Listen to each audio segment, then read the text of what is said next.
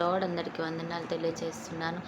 ఈరోజు దేవుడు ఇచ్చినటువంటి వాగ్దానము లూకా సువార్త 1వ అధ్యాయము 37వ వచనంలో వ్రాయబడినట్టుగా, దేవుడు చెప్పిన ఏ మాట అయినను నిరర్ధకం కానేరదు. ఏ మాట కూడా అది నెరవేర్చబడకుండా ఉండదు అంట. దేవుడు మాట ఇచ్చాడంటే మాటే అంట. ఈరోజు నీతో నాతో ఆయన స్పష్టంగా మాట్లాడుతున్నాడు. నువ్వు భయపడుతున్నావా నా కుమార్తె? దేవుడు మాట్లాడాడు, కానీ ఇది నిజంగా నా జీవితంలో జరుగుతుందా? ఇది ఎలా జరుగుతుంది అసలు? ఇది ఏ రీతిగా నాకు విషయంలో జరుగుతుంది అసలు? ఇది జరగడానికి అవకాశం లేదే, ఆస్కారం లేదే అని ఆలోచిస్తున్నావా? కానీ ఆయనకు అసాధ్యమైందంటూ లేదు కదా. నిజమే. ఎర్ర సముద్రం 2 పాయలు చేసిన ఆ దేవుడు మనకున్నటువంటి ఈ సమస్యను తీసివేయలేడా? ఆయన చేయగలడు, చేసి తీరుతాడనమాట.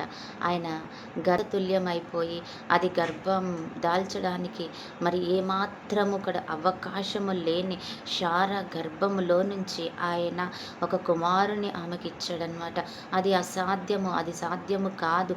90 ఏళ్ల వయసులో ఏ స్త్రీ కనడానికి మరి ఆస్కారం లేదు. ఒకవేళ ఆమె శక్తి కలిగినదైనా ఆమె గర్భాశయము మృతతుల్యం అయిపోయిందట. అది పనికి రాకుండా పోయిందంట.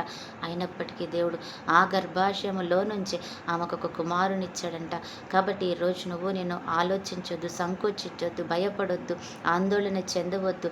ఈ మాట నెరవేర్చబడుతుందో లేదో, ఈ మాట నిజంగా జరుగుతుందా, ఈ మాటకి నిజంగా నేను అర్హుడన్నా అని అనుకోవద్దు. దేవుడు ఖచ్చితంగా ఆ కార్యం మన జీవితంలో నెరవేరుస్తాడు. నువ్వు చూస్తావు. దేవుడి ఈ మాటలు దీవించునుగాక. ఆమేన్. ప్రార్థన.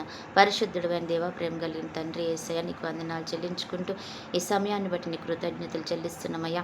నువ్వు నిజంగా అసాధ్యమంటూ ఎరుగని గొప్ప దేవుడో తండ్రి, మా జీవితాలలో ఈ కార్యం చేయబోతున్నందుకే కృతజ్ఞతలు చెల్లించుకుంటూ అయ్యా, అతను మేము వేడుకుంటున్నాం. తను చేయబోతున్న మంచి మేలుని బట్టి కృతజ్ఞతలు అయ్యా. మాకు చేసిన ఈ సహాయాన్ని బట్టి కూడా కృతజ్ఞతలు చెల్లిస్తున్నాం. యేసయ్య నీకు వందనాలు. చూసిన ప్రతి బిడ్డ దీవించబడాలి ప్రభు యేసయ్య. అలాగే ఈరోజు బర్త్డే, మ్యారేజ్ డే జరుపుకుంటే బిడ్డలు దీవించబడాలి. అలాగే ఈరోజు ఎంతమంది బిడ్డలైతే తండ్రి కన్నీరు కారుస్తున్నారు, అనారోగ్యాన్ని బట్టో, ఆర్థిక ఇబ్బందులను బట్టో, తండ్రి అస్వస్థతను బట్టో అయ్యా, తండ్రి కుటుంబ సమస్యలను బట్టో తండ్రి ప్రవేశయ దేని విషయంలో వారు కృంగిపోతున్నారు తండ్రి, ఆరోగ్యం దీర్ఘాయుషుని దయచేయండి. ఆయా ఆశీర్వాదంతో నింపండి, ఐశ్వర్యంతో నింపండి, కృపా కాపుదలు క్షేమంతో నింపుకోమని యేసు నామములో ప్రార్థిస్తున్నాము తండ్రి. ఆమేన్.